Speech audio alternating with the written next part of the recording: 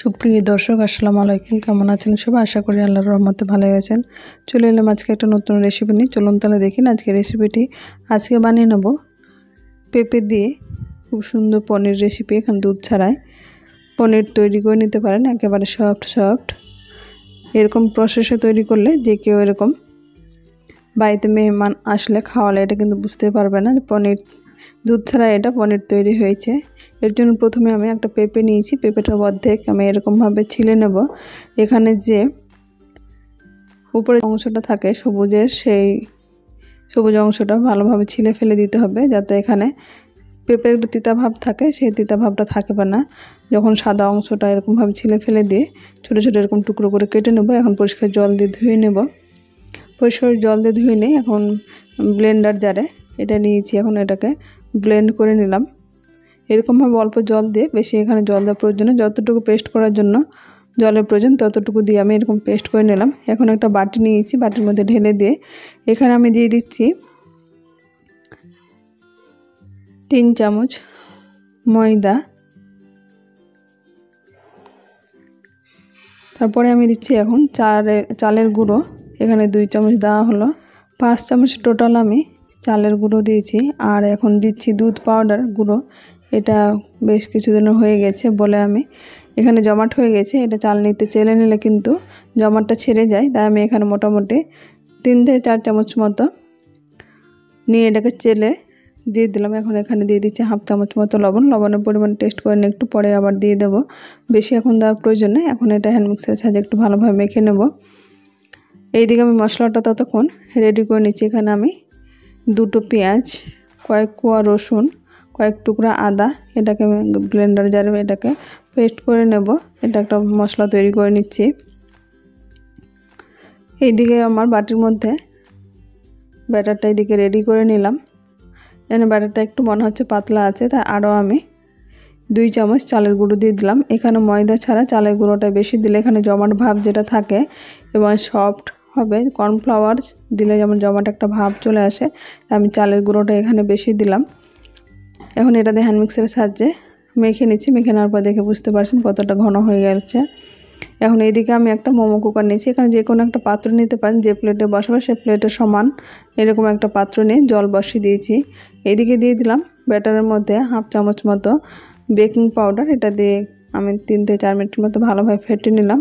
এদিকে একটা ছোট থালা নিয়েছি, স্টিলের থালা। এতে তেল আমি ব্রাশ করে নিয়ে এই ব্যাটারটা আমি থালার মধ্যে ঢেলে দিলাম। এখন এটা আমি বেক করতে দিয়ে দেব 20 মিনিটের জন্য। এরকম একটা ঢাকা দিয়ে, যে কোনো পাত্রে দিয়ে এটা ঢাকা দিয়ে দিতে হবে 20 মিনিটের জন্য। 20 মিনিট পরে এটা দেখাচ্ছে একটা টুথপিকের সাহায্যে, এরকমভাবে টুথপিকটা কিন্তু পরিষ্কারভাবে বেরিয়ে আসে। সেদ্ধও খুব সুন্দর হয়েছে। আমি মোটামুটি 10 মিনিট পরে একবার দেখেছিলাম, উপর দিকে একটু কাঁচা ভাবটা ছিল, তাই আমি আরও 10 মিনিট রেখে এটা দেখিয়ে দিচ্ছি। এটা কেটে নিলাম চামচের সাহায্যে। এটা ঠান্ডা করে নিই, পুরোপুরি ঠান্ডা করতে হবে, ঠান্ডা হলে যেমন ভাবটা ভালো হয়। এখন কেটে নিই, এরকম পনিরের শেপ করে আমি কেটে নিলাম। এরকমভাবে আপনারা নিজেদের পছন্দ মতো করে কেটে নেবেন। এখন এটা দেখাচ্ছি কতটা সফট এবং নরম, সাদা ধবধবে একেবারে পনিরের মতো। দেখে কিন্তু বুঝতে পারবেন না কেউ যে এটা পেঁপে পনির আছে। এখন এরকমভাবে আমি পনিরগুলো সব কাটা হয়ে গেছে। এখন এটাকে ভেজে পকোড়ার মতো করেও খেতে পারেন। আমি এটাকে এখন গ্রেভি করব, তাই যে মশলাটা রেডি করে রেখেছিলাম সেই মশলাটা রেডি এদিকে হয়ে গেছে। এইদিকে ওভেনে একটা কড়াই বসে কড়াইটা ভালোভাবে গরম করে নিলাম। এখন এখানে দিয়ে দিলাম সরিষার তেল। দেওয়ার পরে তেলটা ভালোভাবে গরম করে নিতে হবে, যে সরিষার তেলে কাঁচা গন্ধ থাকে সেটা যেন না থাকে। এখন পনিরগুলো এখানে দিয়ে আমি ভেজে নেব। পনিরটাকে লবণ হলুদ দিয়ে হালকা করে ভেজে নেব। এখানে চাইলে আপনার লঙ্কার গুঁড়ো ব্যবহার করতে পারেন। আমি লঙ্কার গুঁড়ো দিচ্ছি না, লবণ হলুদ দিয়ে পনিরটাকে ভেজে নেব।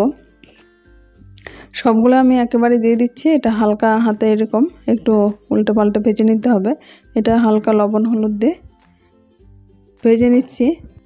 এদিকে এটা ভাজতে এখন আমি ফ্লেমটা কিন্তু মিডিয়াম করে দেব, এখানে যাতে বেশি ডিপ ফ্রাই না হয়, এরকম হালকা করে ভেজে নিচ্ছি। এরকমভাবে একবার ভাজা হয়ে গেছে, ওপর দিকে এরকমভাবে উল্টে দেব। এরকমভাবে সবগুলো উল্টে পাল্টে আমি পনিরগুলো ভেজে নিচ্ছি। পনিরটা ভাজা হয়ে গেছে। এখন এগুলো সব একটা প্লেটের মধ্যে উঠে নিয়ে এই তেলের মধ্যে আমি দিয়ে দিচ্ছি দুটো তেজপাতা অর্ধেক করে দিয়েছি, গোটা জিরে সামান্য পরিমাণে, দুটো এলাচটাকে আমি একটু ফাটিয়ে দিয়েছি যাতে এটা তেলে দেওয়ার সময় ফেটে যাওয়ার সম্ভাবনা থাকে, তাই অল্প একটু চিড়ে দিতে হয়, তাহলে এলাচটা ফাটে না। এখন কয়েক সেকেন্ড ভাজার পরে ফ্লেভারটা বেরিয়ে গেছে। এখন যে মশলাটা আমি রেডি করে রেখেছিলাম সেই মশলাটা এখন দিয়ে দিলাম। এইদিকে আমি কিছু শুকনো মশলা নিয়েছি, সেগুলো দেখাচ্ছি। লবণ, হলুদ গুঁড়ো, জিরা ধনে গুঁড়ো, কাশ্মীরি লঙ্কার গুঁড়ো, কাঁচা লঙ্কা বাটা। এখানে চাইলে আপনার শুকনো লঙ্কার গুঁড়ো ব্যবহার করতে পারেন, আমি কাঁচা লঙ্কার গুঁড়ো এখানে ব্যবহার করেছি। এখন মশলাটা দিয়ে অল্প পরিমাণে বাটিটা ধুয়ে জল দিয়ে দিলাম। আর মশলাটাকে ভালোভাবে নেড়ে চেড়ে কষে নেব। এখানে অল্প পরিমাণে লবণ হলো আগে থেকে দেওয়া ছিল, তো মশলার পরিমাণে আমি লবণটা অল্প পরিমাণে দিয়েছি। এখন এখানে দুটো টমেটো আমি ছোটো ছোটো টুকরো করে কেটে নিয়েছি, সেই টমেটোটা দিয়ে দিলাম। এখানে টমেটো দিলে কালারটা বেশ ভালো লাগে এবং খেতে বেশ টেস্টফুল হয়। এখন মশলাটা দেখে বুঝতে পারছেন মোটামুটি এখানে 4-5 মিনিট মশলা কষা হয়ে গেছে, মশলাটা থেকে তেল ছেড়ে গেছে। এরকম নেড়ে চেড়ে যত বেশি মশলাটা কষবে তত বেশি মশলার টেস্ট ভালো হয় এবং যে কোনো তরকারির মধ্যে টেস্টটা বেশ ভালো আসে।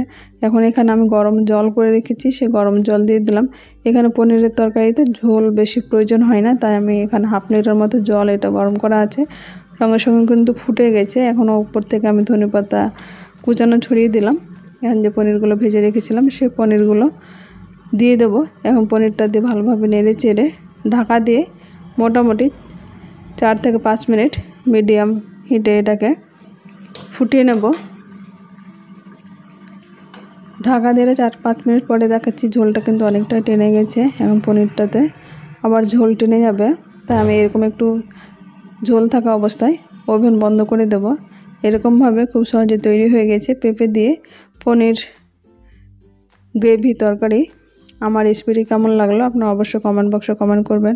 আমার চ্যানেল নতুন বন্ধু হয়ে থাকেন তাহলে সাবস্ক্রাইব করে পাশে থাকা অনুরোধ রইল, পাশে থাকা বেল আইকনটি প্রেস করে দেবেন, তাহলে যখনই কোনো ভিডিও আপলোড দেব সর্বপ্রথম নোটিফিকেশান পেয়ে যাবেন। আজ তাহলে এই পর্যন্ত, ফিরে আসছি নতুন কোনো রেসিপি নিয়ে। ভালো থাকবেন, সুস্থ থাকবেন। আসসালামু আলাইকুম, আল্লাহ হাফেজ।